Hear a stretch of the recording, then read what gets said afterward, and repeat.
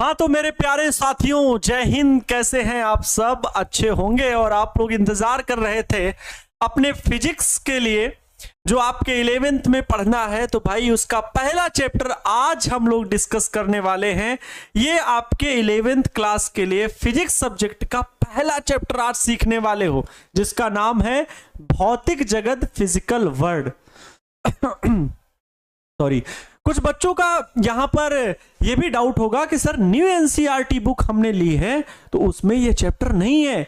वहीं पर अगर बिहार बोर्ड से रिलेटेड आपने न्यू एनसीईआरटी की बुक ली होगी तो वहां पर यह चैप्टर मिलेगा भी। भौतिक जगत, फिजिकल वर्ल्ड अपने आप में बहुत इंपॉर्टेंट और बेहद खास चैप्टर है। ऐसा नहीं है इसमें ज्यादा कुछ पढ़ने वाली बातें तो नहीं है लेकिन इस चैप्टर को पढ़ने के बाद यह जरूर पता लगता है कि इस फिजिक्स की दुनिया कितनी बड़ी है, कितनी वृहद है। तो स्वागत करता हूं आप सभी का इस फिजिक्स की दुनिया में, और पहला चैप्टर हम लोग पढ़ेंगे फिजिकल वर्ल्ड। तो शुरू हो जाइए, तैयार कर लीजिए एक पेन और कॉपी लेकर के आज की क्लास को करने के लिए।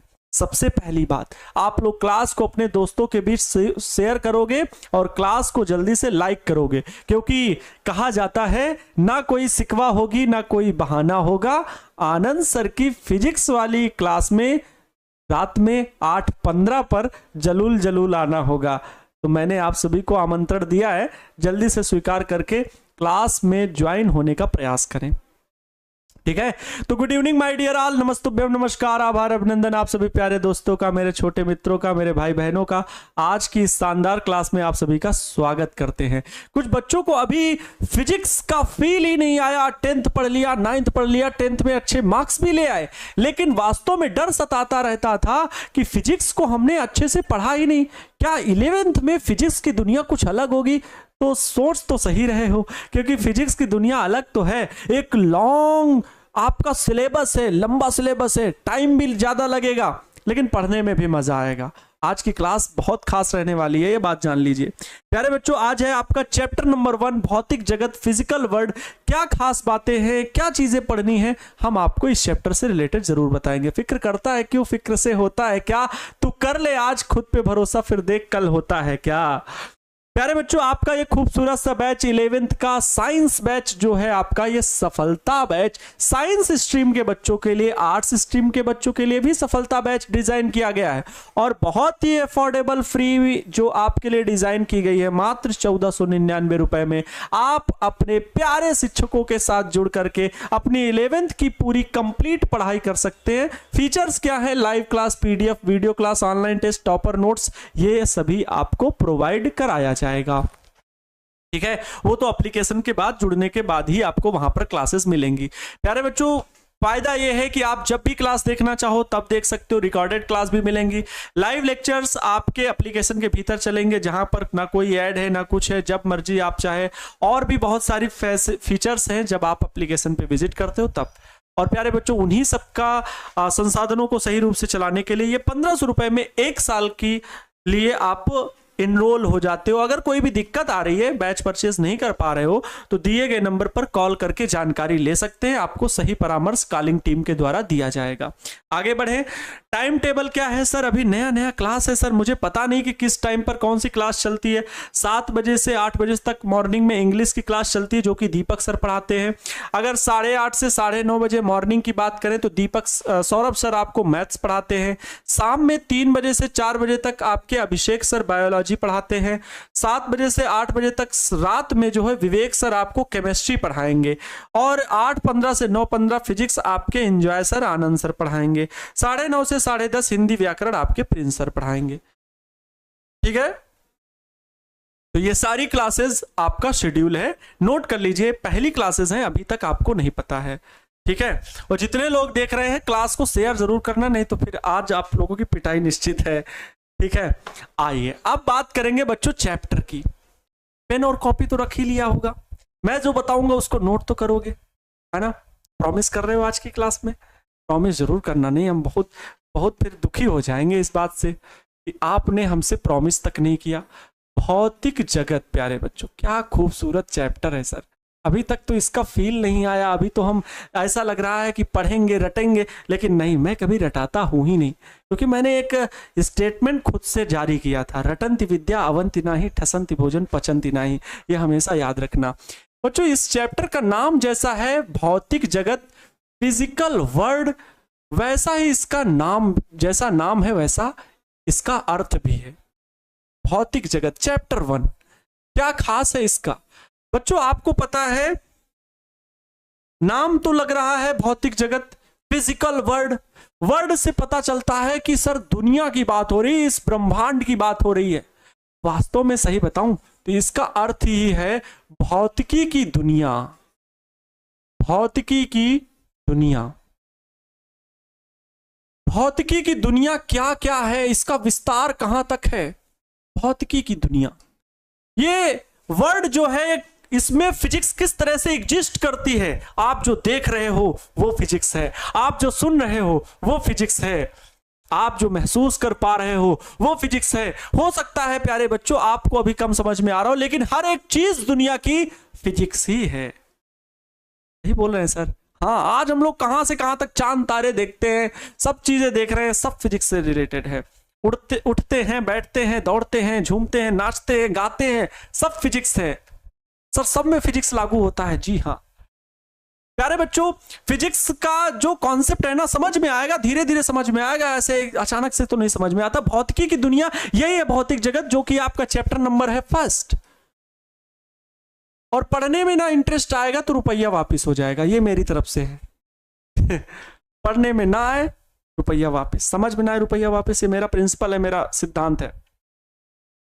भौतिकी की दुनिया सर क्या है, इसी चैप्टर में पढ़ना है। ये दुनिया मतलब भौतिकी में क्या क्या चीजें हैं वो सब चीजें बताऊंगा। पहले ही बात आ रही है भौतिकी सर है क्या? ये भौतिक है क्या? इसका कुछ ना कुछ तो होगा लिखने पढ़ने के लिए। हाँ, ये भौतिक है क्या? इसको मैं नहीं समझ पा रहा हूं सर। सब जगह लिखा होता है भौतिक विज्ञान, है ना? भौतिक विज्ञान कई जगह लिखा होता है। और सर मैं जब जाता हूं मार्केट तो मैं भी ये बोलता हूं कि मुझे फिजिक्स की बुक दे दो, फिजिक्स की बुक दे दो। ये आखिर स्टार्ट कैसे हुई? इसकी हिस्ट्री क्या है? हाँ, थोड़ी सी इसकी हिस्ट्री बता दीजिए सर, इसको पढ़ने के लिए कैसे क्या चीजें आई। सर हिस्ट्री नहीं बताओगे तो मैं पढ़ूंगा नहीं, है ना? हिस्ट्री नहीं बताओगे तो मैं नहीं पढ़ूंगा।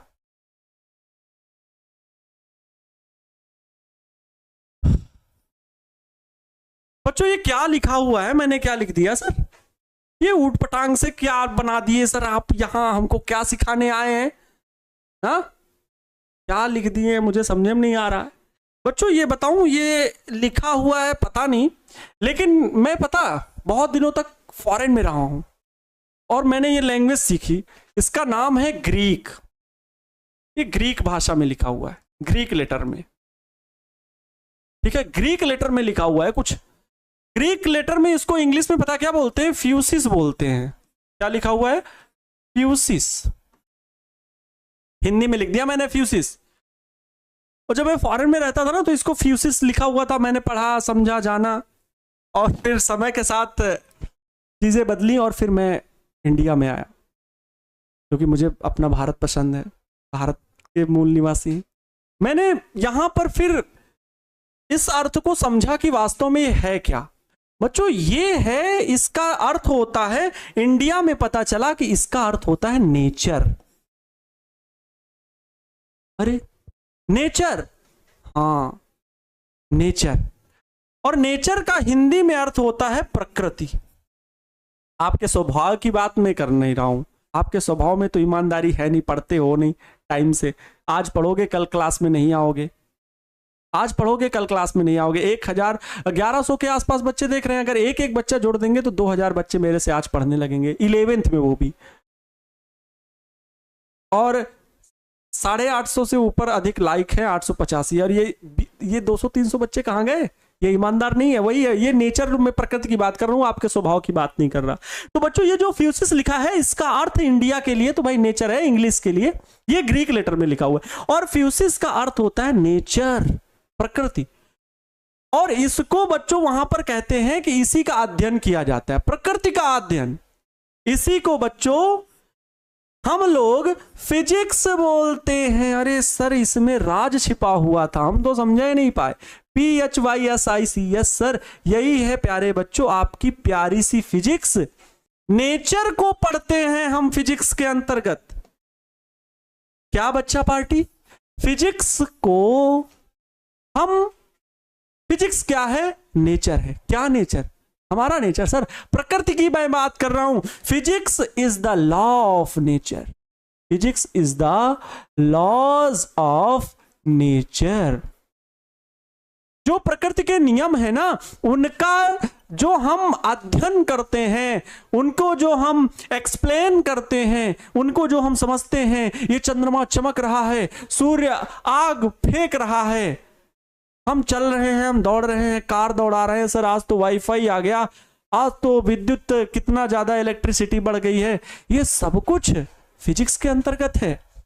सूर्य के चारों ओर पृथ्वी घूम रही है, 8 ग्रह घूम रहे हैं, ये तारे टिमटिमा रहे हैं। क्यों टिमटिमा रहे हैं? क्यों है ऐसा? आखिर क्या चीजें हैं बच्चों? ये जो प्रकृति है ना, प्रकृति रहस्यों से भरी हुई है। ये प्रकृति, यह प्रकृति रहस्यों से भरी है, रहस्यों से भरी है, रहस्यों से भरी है। और इन रहस्यों का पता हम लगाते हैं जिस माध्यम से इज कॉल्ड फिजिक्स। बच्चों ये प्रकृति जो है वो रहस्यों से भरी है, और जिन माध्यमों से हम इन रहस्यों का पता करते हैं उसे कहते हैं फिजिक्स। अब समझ में आया सर? कुछ कुछ बात समझ में आई कि वास्तव में फिजिक्स क्या है ना? कुछ कुछ बात समझ में, अभी तक फिजिक्स समझ में नहीं आ रहा था। नेचर, लॉज ऑफ नेचर, प्रकृति के नियमों का अध्ययन कराता है। फिजिक्स क्या है? प्रकृति के नियमों का अध्ययन है। फिजिक्स क्या है? प्रकृति के नियमों का अध्ययन, प्रकृति के नियमों का अध्ययन है, नियमों का अध्ययन। वास्तव में मैं आपको एक बहुत बड़ी चीज बता देता हूं, दुनिया की सबसे पावरफुल चीज वो ये है बच्चों, इस दुनिया में कोई भी इतना पावरफुल इंसान हो जाए, अभी मॉडर्न फिजिक्स के अंतर्गत हम लोग जानते हैं कि मॉडर्न फिजिक्स के जनक कौन है? Albert Einstein. और उनसे ज्यादा पावरफुल माइंड वाला आदमी अभी इस युग में तो नहीं आया है, इस सदी में तो नहीं आया है। तो वो जब ईश्वर को मानते हैं, वो जब गॉड को मानते हैं, तो हम और आप कौन होते हैं? नास्तिक होने वाले। वो नास्तिक अज्ञान के हैं, सही बता रहा हूं। उन्हें ज्ञान की परिभाषा मतलब पता ही नहीं है वास्तव में।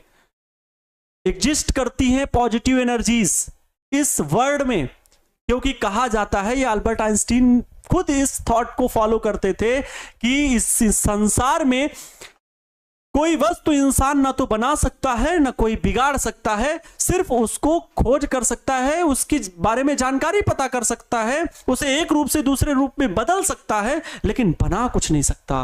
वो ग्रेविटी यहां पर किसी न्यूटन ने बनाई नहीं थी, वो ऑलरेडी ग्रेविटी थी, बस उसके रहस्य को पता किया, उसको नाम दे दिया गुरुत्वाकर्षण। ये झरने, ये पहाड़, ये पहले से थे, हमने उनको नाम दे दिया पहाड़। कल का नाम कुछ दूसरा देते थे तो कल का नाम कुछ दूसरा हो जाता। बदन मेरा मिट्टी का, सांसें मेरी उधार हैं, तो घमंड करूं किस बात का, यहां तो हम सब किराएदार हैं। तो प्यारे बच्चों ये मत समझना कि साइंस के आगे सब फेल है।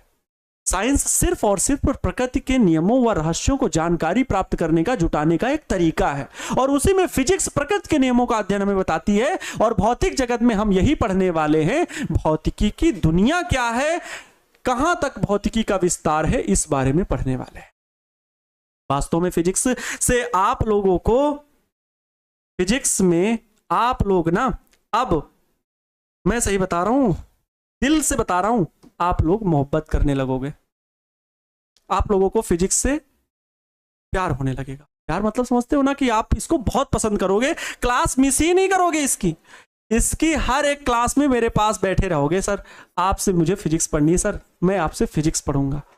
फिजिक्स से होना है प्यार, बिल्कुल एक एक बात समझ में आनी ही आनी है, और पढ़ने में भी मजा आएगा। इस बात को भी मैं सपोर्ट करता हूं, पढ़ने में भी मजा आएगा।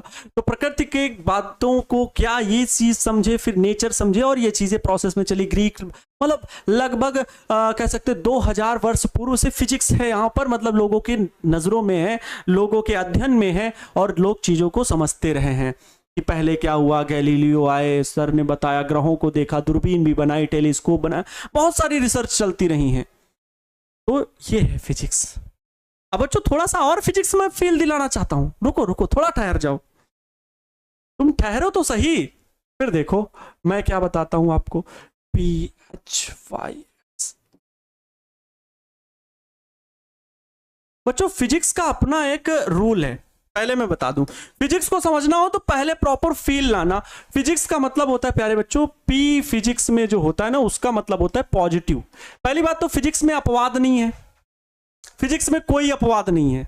हाँ, अपने आप में जो चीज जेन्युइन होगी वो होगी, सकारात्मक है, पॉजिटिव है। अगर ग्रेविटी है तो हर जगह एग्जिस्ट करती है, कहां पर करती है, कैसे करती है, किन वैल्यू पर डिपेंड होती है, वो हर जगह एग्जिस्ट करेगी, कोई भी अपवाद नहीं है भाई। केमिस्ट्री मेरा फेवरेट सब्जेक्ट है भाई, केमिस्ट्री। केमिस्ट्री मुझे बहुत पसंद है, लेकिन इसमें क्या है, अपवाद है, बहुत एक्सेप्शंस हैं, अपवाद है, मतलब अलग ही टाइप का सब्जेक्ट है ये केमिस्ट्री, बट पढ़ने में मजा आता है। मतलब अगर मैं कहूं H2, अरे यार ये बहुत ज्वलनशील पदार्थ है H2, हाइड्रोजन, लेकिन ये है ज्वलनशील, बहुत जलता है, ये जलता है आदमी, ये जलता है। और एक है O2, ऑक्सीजन, ये जलाता है, ये जलाता है। दूसरा बेचारा जलता है, किसी को भी देखे चाहे ना देखे, अपने आप में जलता ही रहता है, ज्वलनशील पदार्थ है। और ये O2 ऑक्सीजन, लेकिन इन दोनों लोगों को जब हम मिला देते हैं तो एक जल रहा है, एक जला रहा है। दोनों लोगों को मिला दिए, इन दोनों लोगों ने आपस में कहानी खत्म कर दी और बना दिया H2O, और ये 2H2O बन जाएगा, इसको 2 से मल्टीप्लाई कर दो तब ये बैलेंस होगा ना। और ये बच्चों बन गया है जल, और ये क्या करता है, बुझाता है आग को। अरे सर, मतलब केमिस्ट्री की बात ही अलग है, एक जलता है एक जलाता है, दोनों को मिलाते हैं तो बुझाता है, काम ही अलग है। अपने आप में इसका कॉन्सेप्ट मुझे समझ में नहीं आता, और लेकिन इसको बताएं, इस सब्जेक्ट को बहुत ही खूबसूरत तरीके से आपको पढ़ाने वाले हैं कौन, विवेक सर। डाउट रहेगा ही नहीं, पढ़ने के लिए इसको हिम्मत चाहिए, पढ़ाने के लिए भी हिम्मत चाहिए, और वो पढ़ाएंगे आपको विवेक सर खूबसूरत तरीके से। समझ में आया ना, ये याद रखो। तो मतलब केमिस्ट्री अपने आप में खास है, बट फिजिक्स को तो हम क्या बताएं, है ना, अपना physics is the king of science and mathematics is the queen of science. देखो पॉजिटिव होता है, और H मतलब होता है प्यारे बच्चों हम्बल। हम्बल मतलब क्या होता है, हम्बल मतलब विनम्रता है, किसी से अकड़पन है ही नहीं। फिजिक्स पढ़ने वाला एकदम विनम्र होता है, उसको पता होता है कि यार क्या चीजें कैसी चलती हैं, पॉजिटिव होता है हमेशा, फुल कॉन्फिडेंस के साथ ही लोगों के बीच खड़ा होगा, उसको चीजों को पता है कि क्या होने वाला है। सही बता रहा हूं, फील करोगे आप लोग भी, जब वास्तव में डेली क्लास करने जाओगे ना, आपका माइंड का लेवल जो होगा ना, बहुत शार्पनेस बढ़ जाएगी फिजिक्स के अकॉर्डिंग।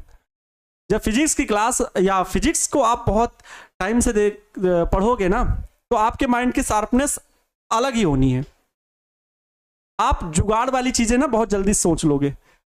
यहां पर कुछ चीजें अटपटी सी फंसी हुई है, मान लो एक तरह एग्जांपल ले रहा हूं, रोड पे गाड़ी फंसी हुई है, एक 4 व्हीलर कोई है फंसी हुई है, वहां पे लोग आ रहे हैं, ईंटें डाल रहे हैं, ये कर रहे हैं, वो कर रहे हैं, आप वहां पर कुछ जरूर टेक्निकल दिमाग लगाओगे। ये फिजिक्स वाले लोगों की हालत हो ही जाती है।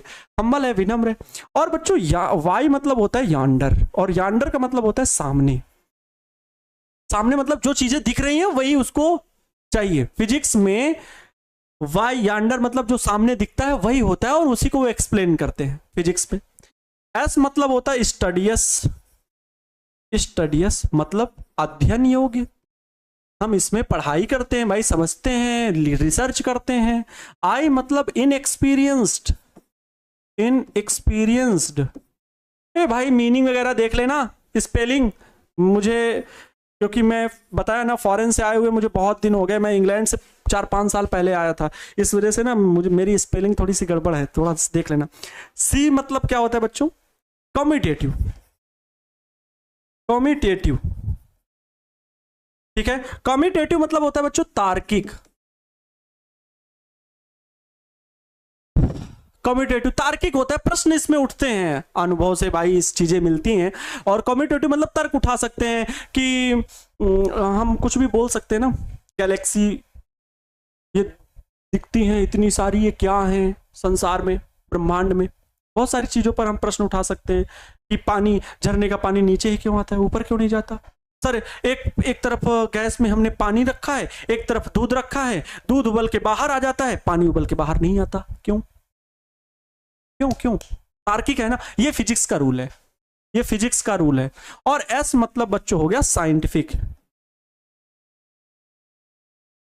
साइंटिफिक, साइंटिफिक मतलब वैज्ञानिक, है ना, वैज्ञानिक दृष्टिकोण होता है।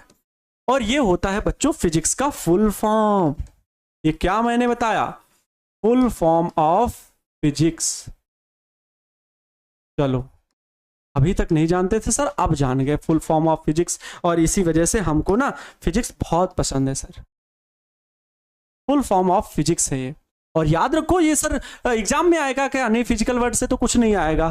फिजिकल वर्ड से तो आपका एक दो क्वेश्चन जो बनेगा वो तो आप कर ही ले जाओगे सिलेबस में। सर इससे क्या पता क्या चल रहा है, हम जान क्या पा रहे हैं, फिजिक्स में आप इंटरेस्ट लेके आओगे, सीखने क्या वाले हो, वो चीज आपको पता चलेगी, मजा आएगा तब, है ना, क्या दुनिया में हो रहा है, वो चीजें सीखने का मिलता है। मतलब आपको पता होगा 20 जुलाई 1969 को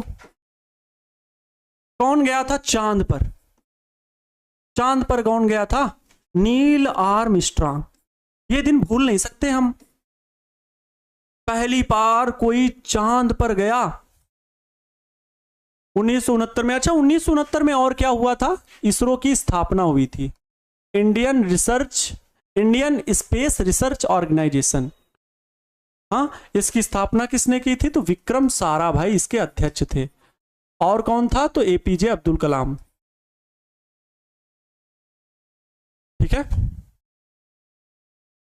अच्छा मैं यहां पर पूछ रहा हूं कि 20 जुलाई 1969 को चांद पर नील आर्मस्ट्रांग गए थे, तो वहां पर जब गए तो देखा चांद पर तो वायुमंडल नहीं है, सांसें ले नहीं सकते क्योंकि ऑक्सीजन नहीं है, ऑक्सीजन ले करके गए थे, ऑक्सीजन सिलेंडर वहां पर रखे तो वायुमंडल नहीं, हवाएं नहीं, तो जहां पर पैर रख दिया वो पैर आज भी बना हुआ है भाई, पैर जहां पे रख दिया वहां पर पैर हट नहीं सकते चांद पर, क्योंकि वायुमंडल नहीं, हवाएं चलती नहीं है। ये रिसर्च है फिजिक्स की, वहां तक पहुंच गए। बताओ इंटरनेशनल स्पेस स्टेशन हमारे पृथ्वी के ऑर्बिट में चक्कर लगा रहा है sir, international space station ISS, है ना। अब उतने किलोमीटर की ऊंचाई पर वो चक्कर लगा रहा है सर, कैसे होगा ये चैप्टर कहां पर पढ़ेंगे, हमको कुछ बताया जाएगा? अभी तो आप जो बोल रहे हैं मेरी समझ में तो आ ही नहीं रहा है सर। मैं आपको बताऊं इन सब के बारे में भी बताऊंगा जो आप हमें देख पा रहे हो अपने मोबाइल फोन में, हाँ, लेकिन जाग जो पड़ेगा तड़ाक से। जो आप हमें देख पा रहे हो अपने फोन में, इसका रीजन क्या है? फिजिक्स। क्यों? सैटेलाइट्स बहुत सारे हैं और उनसे ये वेव जा रही हैं और फिर आ रही हैं आपके पास, कितने सारे सिग्नल चल रहे हैं, कितने सारे सैटेलाइट्स, 3,500-4 हजार सैटेलाइट्स ऊपर पृथ्वी के ऊपर चक्कर लगा रहे हैं अपनी अपनी कक्षा में, जाल फैला हुआ है, एक ऑर्बिट सेट होते हैं, उन सबको पढ़ेंगे हम लोग फिजिक्स में। आपको चैप्टर नंबर 8 में ग्रेविटेशन जब पढ़ाया जाएगा, गुरुत्वाकर्षण, तो वहां पर सिखाया जाएगा उपग्रहों की कक्षीय गति, तब ये चीजें पढ़ने में मजा आएगा, है ना। नील आर्मस्ट्रांग सोचो गए थे, वो क्या थे? एस्ट्रोनॉट थे। एस्ट्रोनॉट मतलब होता है अंतरिक्ष यात्री। कौन कौन अंतरिक्ष यात्री बनना चाहेगा? अरे सर हम भी बनना चाहेंगे, हम भी जाएंगे स्पेस में। इतना आसान नहीं है। अभी सुनीता विलियम्स का नाम सुना होगा, जो भारतीय मूल की निवासी थी, और वो 6 दिन के लिए रिसर्च पे गई थी ISS पर, इंटरनेशनल स्पेस स्टेशन पर। लेकिन किसी कारणवश उनका स्पेस जो यान था यहां से जाने वाला खराब हो गया और वहां पे भी टेक्निकल खराबी आ गई, उनको 9 महीने रहना पड़ा। ठीक है, 9 महीने उसी प्लेन में इंटरनेशनल स्पेस स्टेशन में रहना पड़ा, और फिर यहां से सारी चीजें संसाधन बनाए गए और उनको लिवा करके फिर लाया गया वापिस धरती पर, फिर आई। लेकिन समस्या थी, ना खाने को था ना पीने को था, चीजें बड़ी अव्यवस्थित थी।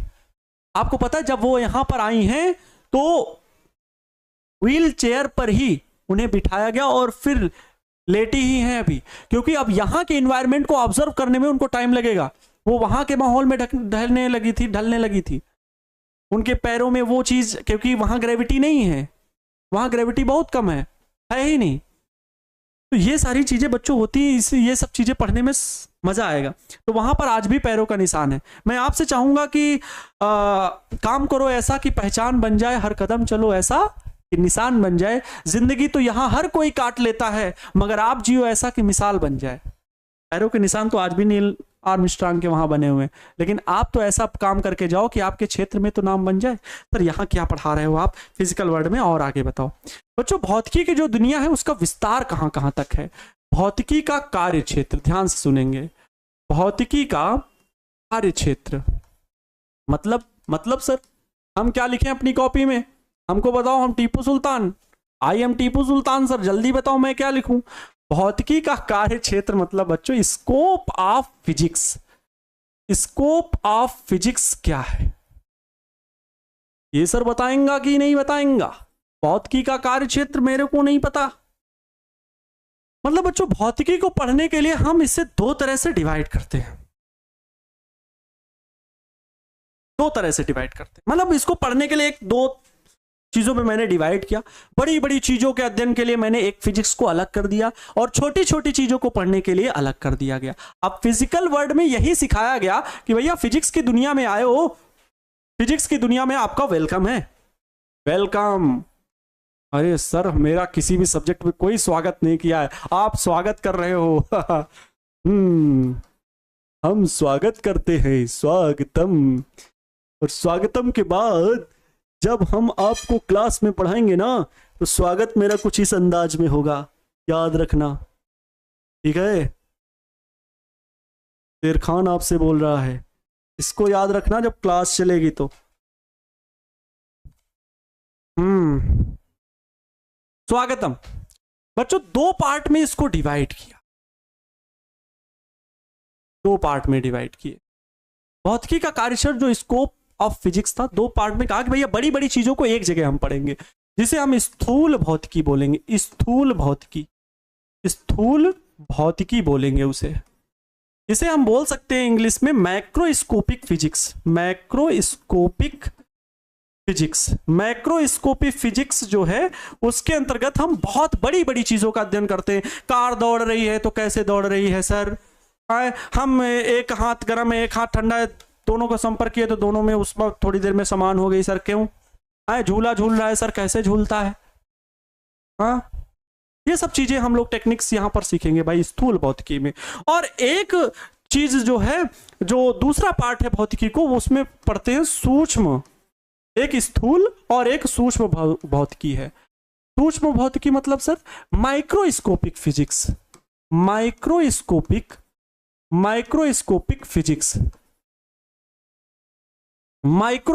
फिजिक्स इसके अंतर्गत पता है जो ये है ना, ये भाई मैं इसको छोटा कर दूं क्या? देखने का भाई,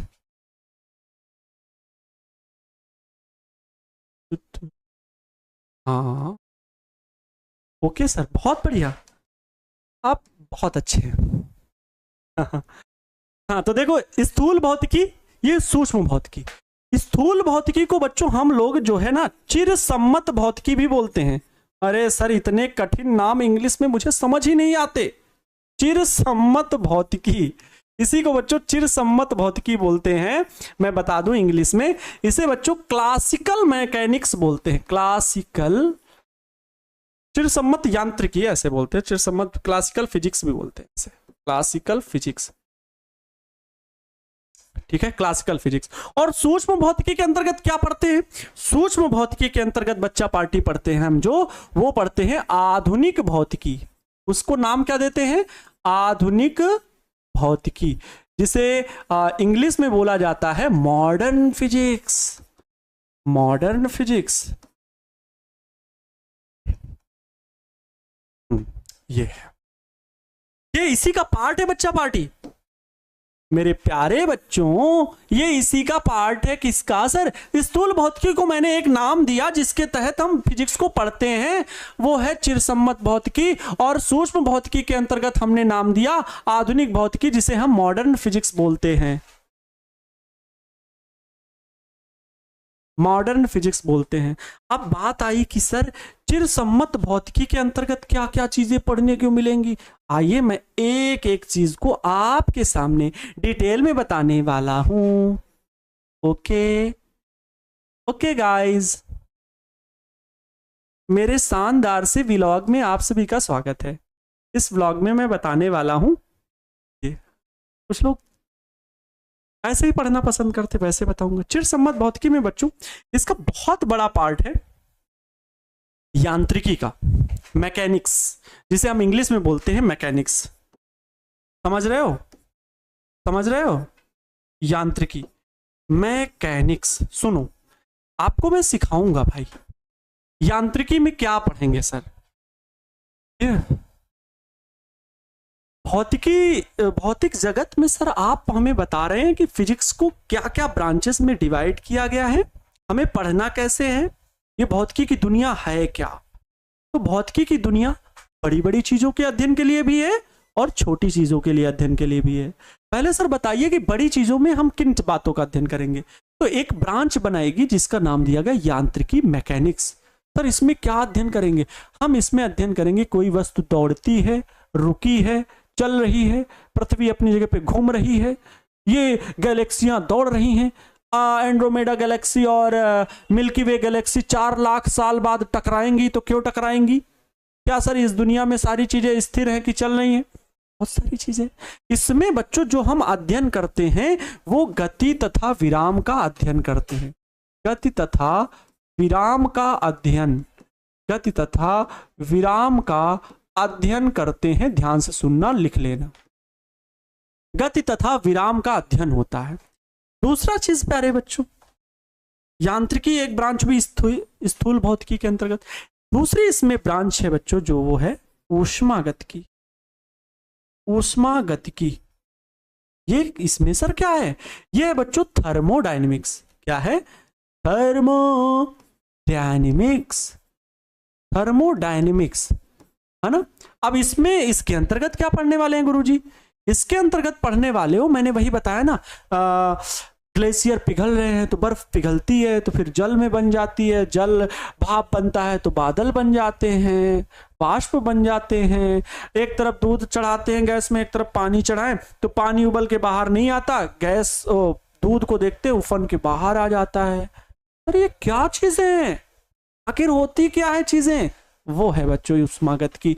ऊष्मा तथा ताप, ऊष्मा तथा ताप के बारे में पढ़ेंगे। ठीक है, ऊष्मा तथा ताप के संबंध में अध्ययन करेंगे। सर ऊष्मा इंजन बना वो यही पढ़ेंगे क्या? हाँ। जो ऊष्मागतिकी के सर नियम नाम सुने वो यही पढ़ेंगे क्या? हाँ।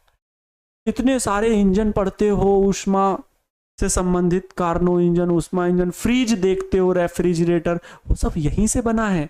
एसी जो पढ़ते हैं ना, एयर, आप लोग जो एसी अपने घरों में यूज करते हो उसके लिए भी ऊष्मागतिकी के अंतर्गत ही पढ़ेंगे। इसके बाद बच्चों आती है ध्वनि तथा तरंगे। ध्वनि तथा तरंगे। अब इसमें क्या पढ़ाएंगे सर ध्वनि तथा तरंगों में? ध्वनि तथा तरंगे जो प्यारे बच्चों हैं ये हैं साउंड तथा वेव्स। Sound and waves. अरे सर आप इंग्लिश और हिंदी मिक्स कर दे रहे हैं, क्या करें सर। साउंड एंड वेव्स, ध्वनि तथा तरंगे। अब आपको बता दें इसमें ज्यादा मुझे टिप्पणी करने की जरूरत नहीं है। तरंगों के बारे में अध्ययन, ध्वनि तरंगे बोलते, मैं बोल रहा हूं पा।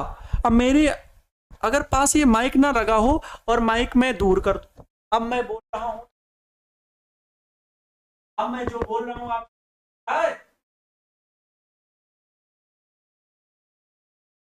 अब बताओ, मैं जो बोल रहा था आपको सुनाई दे रहा था? वास्तव में बोल ही नहीं रहा था। ध्वनि तथा तरंगे, साउंड एंड वेव्स, ये आखिर कैसे चलती हैं? ध्वनियां हमारे वर्ल्ड में, हमारी पृथ्वी पर आखिर कैसे ट्रेवल करती हैं और किस प्रकार की ध्वनियां होती, कितने प्रकार की ध्वनियां होती हैं तो कैसे चलती हैं? बहुत सारी चीजें हैं। तो तरंगों, ध्वनि तथा तरंगों के विषय में अध्ययन करेंगे। तो सीधे सीधे लिख लेंगे तरंगों के विषय में अध्ययन, तरंगों के संबंध में, ठीक है, तरंगों के संबंध में अध्ययन हम लोग करते हैं। अगले जो ब्रांच है बच्चों, बहुत बड़ी ब्रांच है फिजिक्स की, विद्युत तथा चुंबकत्व। विद्युत चुंबकत्व, विद्युत चुंबकत्व। हर विद्युत चुंबकत्व बहुत बड़ी ब्रांच है और बड़ा पढ़ने में मुझे मजा आया था जब हमने 10th में पढ़ा था इलेक्ट्रोमैग्नेटिज्म। इलेक्ट्रोमैग्नेटिज्म सर जब हमने पढ़ा था बहुत खूबसूरत ये टॉपिक लगा था सर। यहीं पर हमने ओम का नियम पढ़ा था सर। आज जो आधुनिक दुनिया में हम विद्युत और चुंबकत्व के मदद से इतने सारे संसाधन देख पा रहे हैं, जो आज पूरी दुनिया जगमगा रही है सर, वो विद्युत तथा चुंबकत्व की ही देन है। और सबसे बड़ा योगदान इसमें निकोला टेस्ला जी का है, जिन्होंने विद्युत जनरेटर बनाया और हम लोगों को एसी करंट को के बारे में बताया कि भैया अल्टरनेटिंग करंट जो है उसे एक स्थान से दूसरे स्थान तक भेजने में सबसे अच्छा तरीका है। उनकी भी पूरी मैं चीजें बताऊंगा, लेकिन वो ये चीजें जो है ना हम 12th में पढ़ेंगे। आपको बच्चों ये तीनों चीजें जो है ना वो 11th क्लास में पढ़ने को मिलेंगी और विद्युत चुंबकत्व आपको 12th में पढ़ने को मिलेगा। और फिर एक बात है वो है बच्चों प्रकाशिकी। प्रकाशिकी, ठीक है, प्रकाशिकी मतलब सर ऑप्टिक्स की बात हो रही है यहां पर। प्रकाशिकी मतलब ऑप्टिक्स बोलते हैं और प्रकाश से संबंधित घटनाओं के बारे में अध्ययन। प्रकाश की घटनाओं के संबंध में, प्रकाश की जो घटनाएं होती हैं, परावर्तन अपवर्तन, प्रकाश की घटनाएं, परावर्तन होता है जानते हो 10th में पढ़े हो, अपवर्तन होता है लेकिन यहां पर पढ़ोगे व्यतिकरण, यहां पर पढ़ोगे ध्रुवण, यहां पर पढ़ोगे विवर्तन, यहां पर पढ़ोगे प्रकाश की द्वैत प्रकृति भी होती है, ड्यूअल नेचर ऑफ लाइट। ये बच्चों प्रकाशिकी के अंतर्गत पढ़ोगे। लेकिन ये दोनों ब्रांचेस जो है ना आप फिजिक्स की वो 12th में पढ़ोगे। तो सर 12th में पढ़ोगे तो यहां क्यों पढ़ा रहे हो? क्योंकि मैं बता रहा हूं भौतिकी का कार्य क्षेत्र, स्कोप ऑफ फिजिक्स, ये भौतिक जगत है, ये भौतिकी की दुनिया है। कहां गई भौतिकी की दुनिया? ये है भौतिक जगत, फिजिकल वर्ल्ड, कि किन किन क्षेत्रों में मुझे पढ़ना है, अध्ययन करना है। ये पहला चैप्टर है आपका भौतिक जगत। ये बताता है, आपको इंडिकेट करता है कि ये चीज पढ़नी है आगे चल के, अभी समझ लो। तो भौतिकी की दुनिया ये रही। एक तरफ स्थूल भौतिकी है, मैक्रोस्कोपिक फिजिक्स है, जिसे चिरसम्मत भौतिकी बोलते हैं, क्लासिकल फिजिक्स बोलते हैं। इसको कई पार्ट में डिवाइड किया गया है और इन पार्ट में डिवाइड किया गया कि इसके अंतर्गत क्या पढ़ेंगे। कार दौड़ती है, झूले झूलते हैं लोग, है ना, एरोप्लेन उड़ता है, तो क्यों? ये सब यांत्रिकी के अंतर्गत है, मैकेनिक्स के अंतर्गत है। और इस मैकेनिक्स के में भी पार्ट है, kinematics, work energy power, fluid mechanics, हाँ, सॉलिड मैकेनिक्स, बहुत सारी चीजें आगे पढ़ेंगे इसमें यांत्रिकी में, वो तो फिर अंदर पार्ट है। मैं ये बता रहा हूं कि जो फिजिक्स, स्थूल भौतिकी, बड़ी बड़ी चीजों में जो अध्ययन करना है वो यहां पर। इसके बाद बच्चों आती है सूक्ष्म भौतिकी, मॉडर्न फिजिक्स। मॉडर्न फिजिक्स में सर कौन से पार्ट होंगे? कुछ बचा क्या अभी? हाँ है, मॉडर्न फिजिक्स में भी है। मॉडर्न फिजिक्स में बच्चा पार्टी में बताऊं आपको, आप पढ़ोगे क्वांटम मैकेनिक्स। क्वांटम मैकेनिक्स पढ़ोगे, मतलब क्वांटम भौतिकी भी बोल सकते हो, क्वांटम भौतिकी, क्वांटम भौतिकी पढ़ोगे। सर क्वांटम भौतिकी मतलब क्वांटम फिजिक्स, मतलब सर क्वांटम फिजिक्स ये सर क्या है? अरे वही वही वही वही जिसे तुम नहीं समझ पा रहे हो अभी। बच्चों बताया गया था कि प्रकाश छोटे छोटे कणों के रूप में नहीं बल्कि ऊर्जा के पैकेटों के बंडल के रूप में चलता है, जिन्हें हम कहते हैं फोटान। और फोटान को क्वांटा भी बोला जाता है, उन ऊर्जा के पैकेट्स को। और वहीं से रिसर्च होना शुरू हुई।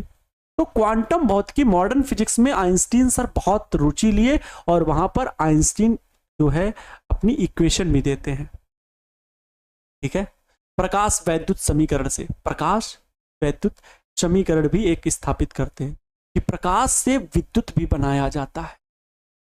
हाँ, प्रकाश से विद्युत भी बनाया जाता है। और इस मॉडर्न फिजिक्स के अंतर्गत ही क्वांटम फिजिक्स पढ़नी है। बात समझ में आ रही है? क्वांटम फिजिक्स यहीं पर पढ़नी है। यहीं पर बच्चों आप लोगों को परमाणु भौतिकी पढ़नी है। परमाणु भौतिकी, सर परमाणु भौतिकी मतलब नहीं समझे? परमाणु भौतिकी मॉडर्न फिजिक्स में atomic physics, atomic physics. Atomic physics में सर क्या बनेंगे? परमाणु बम बनाना सीखोगे, मैं सिखाऊंगा आपको। ये लीगल है कि नहीं मैंने यूट्यूब पर बोल दिया? लीगल है कि नहीं मैंने बोल दिया यार? फ्लो में आप लोग की पिटाई होगी, मैं सही बता रहा हूं अगर मेरे ऊपर कोई कुछ बोला। परमाणु बम बनाना आपको थ्योरी में सिखाऊंगा। वैसे कि एटॉमिक फिजिक्स में परमाणु बम कैसे बनाया गया, ऑटो हॉर्न ने कैसे रिसर्च की थी। वास्तव में बच्चों इसके पीछे भी रीजन पुराणों से जोड़ा जाता है।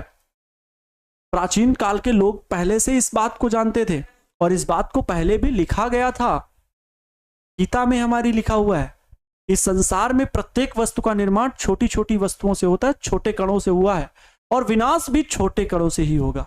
इस बात को उस रिसर्च पेपर में भी लिखा गया था जब एटम बॉम्ब बनाया गया था। एटम बॉम्ब, उसमें भी इस बात का जिक्र किया गया था, छोटी चीजें। और इसीलिए बच्चों जो एटम बॉम्ब है वो न्यूक्लियर बॉम्ब बनाया गया था, है ना। नाभिक टूटते हैं और एक चेन रिएक्शन होती है, धम धम धम धम धम धड़ाम धिशुम, टूट जाता है बॉम्ब। और एक बार का हादसा जो प्रथम विश्व युद्ध में देखने को मिला, है ना, वो नतीजे सामने आए और कितना घातक है परमाणु बम वो सभी को पता है। इसके बाद बच्चों होती है नाभिकीय भौतिकी। नाभिकीय भौतिकी उसे बोलते हैं हम लोग nuclear physics. Nuclear physics, nuclear physics, nuclear physics छोटे छोटे नाभिकों के बारे में अध्ययन करेंगे। आज की रिसर्च जो चल रही है वो सबसे ज्यादा नाभिकीय भौतिकी में, छोटे छोटे पार्टिकल पर, नैनो पार्टिकल पर, कितनी छोटी छोटी डिवाइसेस होती जा रही। देखो वॉच कितने छोटे हो गए, कितनी डिवाइसेस छोटी होती जा रही है, इसका आप गणना भी नहीं कर सकते। हम लोग कभी सोचे थे कि वीडियो कॉल पे लोगों को देखेंगे? आप लोग की पीढ़ी तो फिर भी अलग, हम लोग तो सोचते थे कि वो 2G वाला फोन तो टिचुक टिचुक बटन वाला होता था, उसमें कभी लगता था कि क्या सामने से भी देखने वाली चीजें बन सकती हैं, बन गई हैं। आपको बता दें ऐसी ऐसी रिसर्च चल रही है कि अभी जब कोरोना आया था तब कई जो एजेंसियां हैं, मेडिकल एजेंसी, वो भी ये वर्क कर रही थी और फिजिक्स वाले तो अलग ही वर्क करते हैं। नासा भी इस बारे में रिसर्च कर रही थी, कई इंस्टीट्यूट जो IITian है वो भी ये वर्क कर रहे थे कि जो कोरोना है उसके आसपास, भाई वायरस ही तो है, ये एक ऐसा एंटीडोज बना रहे थे कि एक लॉकेट पहन लो या हाथ में ब्रेसलेट पहन लो और उससे ऐसे रेडिएशन निकलेंगे कि उस कोरोना वाले वायरस के लिए घातक होंगे। अपने आसपास एक ऐसा कवच बना लेंगे, एक फील्ड जनरेट कर लेंगे। जैसे हम आवेश रखेंगे तो उसके चारों ओर वैद्युत क्षेत्र बनता है ना। जैसे एक पुष्प रखे तो उसकी सुगंध कुछ दूरी तक जाती है ना। वैसे ही एक ऐसा हम इंस्ट्रूमेंट, ऐसा डिवाइस बनाएंगे कि उससे निकलने वाली वेव एक कवच बनाएंगे जिसके अंदर कोई भी वायरस एंट्री करेगा स्वाहा ध्वस्त हो जाएगा। ऐसी रिसर्च चल रही थी। वो सब नैनो पार्टिकल में हो रहा है बच्चों, सब नैनो पार्टिकल में। आने वाले टाइम पे वो दिन दूर नहीं है जब हम साक्षात लोगों के पास में खड़ा पाएंगे, बुलाएंगे। जो प्राचीन समय में होता था ना कि उनका स्मरण कर रहे हैं और श्री राम जी स्मरण कर रहे हैं हनुमान जी का, हनुमान जी प्रकट हो गए, नारायण नारायण, नारायण जी आ गए। वही होने वाला है। आगे आने वाली दुनिया इतनी फास्ट है कि हम सर्च करेंगे तो उसका पता नहीं कैसा आकृति बनेगी, बट वो हमारे सामने होगा।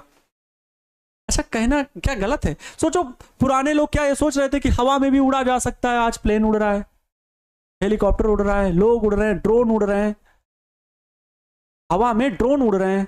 ये सब किसकी देन है? फिजिक्स की देन है। और आने वाले टाइम पे आप लोग वो फिजिक्स के विषय हो, है ना। तो ये बच्चों न्यूक्लियर फिजिक्स होगा जिसके अंतर्गत छोटे छोटे पार्टिकल के बारे में पढ़ेंगे। क्वांटम भौतिकी के अंतर्गत इलेक्ट्रॉनिक्स, सेमीकंडक्टर्स, ये सब चीजें हम लोग इसी के अंतर्गत पढ़ेंगे। लेकिन ये पूरा टॉपिक जो है ये सब कुछ हम लोग कहां पढ़ेंगे? 12th में पढ़ेंगे।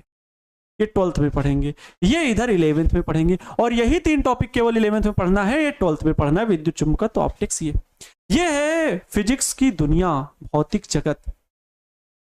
बात समझ में आई? इसके बाद प्यारे बच्चों आता है फिजिक्स के पार्ट्स में। जब हम आगे बढ़ते हैं तो हम ये पढ़ते हैं कि फिजिक्स में प्रकृति में मूल बल कौन से हैं, प्रकृति में मूल बल कौन से हैं, प्रकृति के नियम कौन कौन से हैं, द्रव्यमान संरक्षण का नियम, संवेग संरक्षण का नियम, ऊर्जा संरक्षण का नियम, इन सभी बातों के बारे में अध्ययन करते हैं, जिनको एक यूनिफिकेशन लॉ बनाया गया, एक जगह एक करके बनाया गया, कुछ रूल बनाए गए भौतिकी में, भौतिक जगत से रिलेटेड। वो हम लोग नेक्स्ट पार्ट में पढ़ेंगे। क्या प्रकृति में मूल बल कौन से हैं, प्रकृति में मूल बल, प्रकृति में मूल बल कौन से हैं, fundamental force in our nature, प्रकृति में मूल बल, fundamental forces in nature, fundamental forces in nature, in nature. प्रकृति में मूल बल कौन कौन से हैं विद्यार्थी जी, इनके विषय में पढ़ना है। अब कितने लोग जानते हैं fundamental forces in our nature, कितने हैं, हमारी प्रकृति में मूल बल कौन कौन से पाए जाते हैं, कितने लोगों को इसके बारे में पता है? ठीक है, आज जो मैंने बताया, क्या अभी तक ये सारी बातें आपको समझ में आई हैं? क्या ये सारी बातें समझ में आई हैं? प्रकृति में मूल बल का टॉपिक हमें बताओगे कि प्रकृति में कितने मूल बल पाए जाते हैं। मैं आपको बताऊं कि प्रकृति में कितने मूल बल पाए जाते हैं। सबसे पहले मैं बता दूं, प्रकृति में 4 मूल बल पाए जाते हैं। कितने मूल बल पाए जाते हैं? 4 मूल बल पाए जाते हैं। कौन कौन से सर? कौन बताएगा हमें कौन बताएगा सर? मैं, यस सर, बताइए जल्दी से। पहला तो प्यारे बच्चों, आप लोगों को गुरुत्वाकर्षण बल के बारे में तो पता होगा। गुरुत्वाकर्षण, किनको किनको इसके बारे में पता है? ग्रेविटेशनल फोर्स, किनको किनको इसके बारे में पता है? Gravitational force. मैं आपको बता दूं, जैसे आपको सिखाया गया ना कि गुरुत्वाकर्षण बल की खोज न्यूटन ने ऐसे की थी, सेब गिरा, गुरुत्वाकर्षण बल बना दिया, ऐसा नहीं है। मैं पूरी स्टोरी आपको बताऊंगा, कैसे आखिर हुआ था, कैसे डिस्कवरी उन्होंने की थी, कैसे कॉमेट को देख करके उन्होंने ये चीज बताई थी। दूसरा प्यारे बच्चों है विद्युत चुंबकत्व बल, इलेक्ट्रोमैग्नेटिक फोर्स, विद्युत चुंबकीय बल, विद्युत चुंबकीय बल, जिसे हम इलेक्ट्रोमैग्नेटिक फोर्स बोलते हैं। इलेक्ट्रोमैग्नेटिक फोर्स, मैग्नेटिक फोर्स, ये दूसरा हो गया। तीसरा बच्चों है जो, उसे बोलते हैं प्रबल नाभिकीय बल, प्रबल नाभिकीय बल, प्रबल नाभिकीय बल। इससे बोलते हैं बच्चों strong nuclear force, strong nuclear force. और बच्चों एक होता है दुर्बल नाभिकीय बल, दुर्बल नाभिकीय बल, नाभिकीय बल, जिसे हम इंग्लिश में बोलते हैं weak nuclear force, weak nuclear force, weak nuclear force. पहला हो गया आपका गुरुत्वाकर्षण बल, दूसरा हो गया विद्युत चुंबकत्व बल, तीसरा हो गया प्रबल नाभिकीय बल, और चौथा हो गया दुर्बल नाभिकीय बल। इसके बाद आपके पास जो बल है वो आपके स्वयं का बल है, जो कि बहुत कम है। ठीक है, खूब खाओ पियो तब शायद ताकत आए। बहुत सूक्ष्म ताकत है ना, सूक्ष्म बल है हम लोग के पास। प्रकृति के आगे हम लोग क्या है? प्रकृति के आगे क्या हो सकते हैं हम लोग? तू मिट्टी का लाल है ना। तो विद्युत चुंबकीय बल, प्रबल नाभिकीय बल, ये सारी चीजें हैं बच्चों। आपको बता दूं कि ये जो है, ये गुरुत्वाकर्षण बल आपको पता है कहीं पर भी है, कार्य कर रहा है। दीर्घ परास वाला बल ये भी है, दीर्घ परास वाला बल ये भी है। लेकिन वहीं पर जो प्रबल नाभिकीय बल और दुर्बल नाभिकीय बल वाले बल हैं, ये लघु परास है। परास का मतलब समझते हो? दूरी, ज्यादा दूरी नहीं। अच्छा, गुरुत्वाकर्षण बल पता, पृथ्वी इतनी दूर है, सूर्य इतनी दूर है, फिर भी दोनों के बीच में गुरुत्वाकर्षण बल कार्य कर रहा है, फिर भी दोनों के बीच में गुरुत्वाकर्षण बल कार्य कर रहा है। है कि नहीं? बड़ी सोचने वाली बात। ये नाभिकीय बल जो है, अच्छा सोचो, एक नाभिक के भीतर बच्चों प्रोटॉन भी है, पॉजिटिव पॉजिटिव बहुत सारे हैं, फिर भी वो बंधे हुए हैं और इसके चारों ओर इलेक्ट्रॉन चक्कर लगा रहे हैं।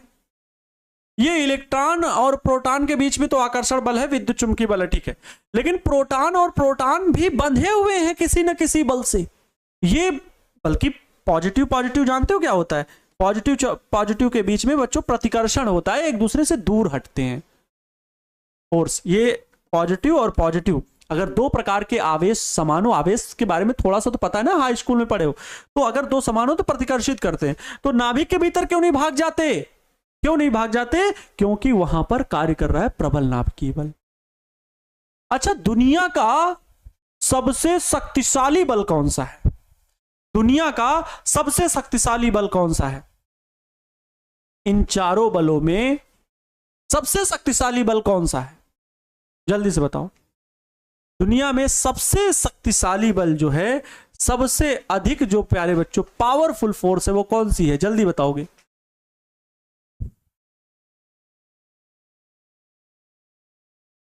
जल्दी जल्दी कमेंट में।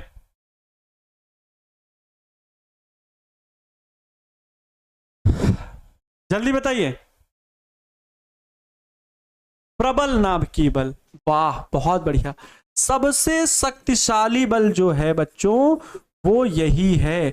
अच्छा, सबसे कमजोर बल कौन सा है? सबसे कमजोर बल, सबसे कमजोर बल बच्चों, सबसे शक्तिशाली बल ये है प्रबल नाभिकीय बल, और सबसे कमजोर बल बच्चों ये है। सबसे कमजोर या सबसे क्षीण बल, सबसे अधिक क्षीण बल जो है वो ये है, सबसे अधिक क्षीण बल। सबसे शक्तिशाली ये, फिर उसके बाद ये शक्तिशाली बल है, शक्तिशाली बल है, और इससे कमजोर जो बल है वो ये है दुर्बल बल, दुर्बल बल है ये। लेकिन सबसे अगर क्षीण बल, सबसे दुर्बल बल, वो बच्चों गुरुत्वाकर्षण बल होता है। ये एक ऑब्जेक्टिव क्वेश्चन में पूछता है, याद रखना। सबसे दुर्बल बल और सबसे शक्तिशाली बल जो है वो प्रबल नाभिकीय बल होता है। सब दुर्बल नाभिकीय बल सर क्या होता है? जो बच्चों यूरेनियम का टुकड़ा एक कोई रखा है, ठीक है, ये यूरेनियम 92U235 है। इससे बच्चों क्या होता है, मतलब इनसे क्या होते हैं, अल्फा किरणें, बीटा किरणें सब उत्सर्जित होती हैं, है ना। तो ऐसे भी तत्वों के बारे में आपको बताया जाएगा, जो तत्व अपने आप में कहीं पे रख देंगे तो उनसे क्या होगा, अल्फा कण बीटा कण उत्सर्जित होते हैं, नाभिक से टूट करके स्वतः उत्सर्जित होने लगते हैं। थोड़ा सा प्रकाश पड़े नहीं कि उत्सर्जित होने लगे। तो ऐसे पदार्थों को, ऐसे तत्वों को जिनसे नाभिक में उतनी पावर नहीं है, कुछ कण बाहर निकलने लगे, उन्हें हम दुर्बल नाभिकीय बल कहते हैं। वहां पर कौन सा कार्य है कर रहा है? वहां पर एक प्रबल नाभिकीय बल तो बांधे हुए हैं, लेकिन दुर्बल नाभिकीय बल से नाभिक से कुछ तत्व उत्सर्जित होने लगे, अर्थात वहां पर नाभिकीय बल दुर्बल है, और ऐसे बल को नाम दिया गया दुर्बल नाभिकीय बल। ये कुछ ही तत्वों में होता है, सभी जगह नहीं होता, कुछ ही तत्वों में होता है। सबसे क्षीण बल, सबसे शक्तिशाली बल, ये शक्तिशाली बल है। दीर्घ परास वाला ये बल है, ये दीर्घ परास का बल है, दीर्घ परास बल, ये भी दीर्घ परास बल में ही आता है। ये लघु परास होता है, लघु परास। अब इनमें और भी चीजें जो हैं वो मैं कल बताऊंगा, आगे जो भौतिकी के नियम हैं उनको भी बताऊंगा। आज के लेक्चर में बच्चों इतना ही रखता हूं। क्लास कैसी लगी कमेंट बॉक्स में बिल्कुल कमेंट करके जाना, प्लीज एक छोटा सा कमेंट करके जाना, अभी चैट बॉक्स में नहीं, कमेंट बॉक्स में कमेंट करके जाना। क्लास कैसी लगी उसके बारे में बताना, आगे क्लास कैसी चाहते हो, क्योंकि ये फर्स्ट क्लास थी, क्लास कैसी चाहते हो वो भी बताना। मैं आपका बड़ा भाई इन सभी बातों के बारे में जरूर सुनूंगा, समझूंगा, कमेंट को पढ़ूंगा, ठीक है। कहीं भी कोई भी दिक्कत हो आप जरूर उस पर कमेंट कीजिएगा, हम सभी समस्याओं को सुनने के लिए तैयार हैं। कल की क्लास में मिलें। अब विदा लें, मन तो नहीं कर रहा है जाने का, लेकिन मिलते हैं कल की क्लास में। तब तक आप सभी लोग खुश रहें, मस्त रहें और मन लगा करके पढ़ाई करते रहें प्यारे बच्चों। 11th को first year is the rest year नहीं मानना है, बल्कि first year is the best year मानना है।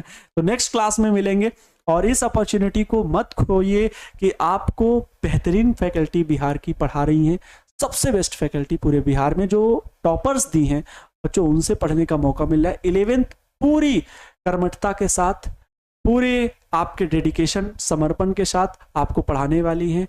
तो 11th को पढ़ना है, क्योंकि हम लोगों को 12th में फिर वरदान बैच में इतिहास रचना है। इससे ज्यादा फिर रिकॉर्ड तोड़ना है, हमें अपने ही रिकॉर्ड बनाने हैं, अपने ही तोड़ने हैं। तो प्यारे बच्चों तैयार हो जाइए, आप सफलता बैच में एक एक क्लास को कंटिन्यू अपने नोट्स बनाते हुए चलना है। माँ तेरे पसीने की हर एक बूंद को मैं मोती सा चमकाऊंगा, तू सपने बड़े देखना, उसे पूरा करके मैं दिखाऊंगा। ईश्वर का दिया कभी अल्प नहीं होता, जो टूट जाए वो संकल्प नहीं होता। हार को लक्ष्य से दूर ही रखना मेरे दोस्त, जीत का कोई विकल्प नहीं होता। Thank you so much, wish you all the best. मिलते हैं कल की क्लास में, तब तक के लिए थैंक यू सो मच। जय हिंद, वंदे मातरम।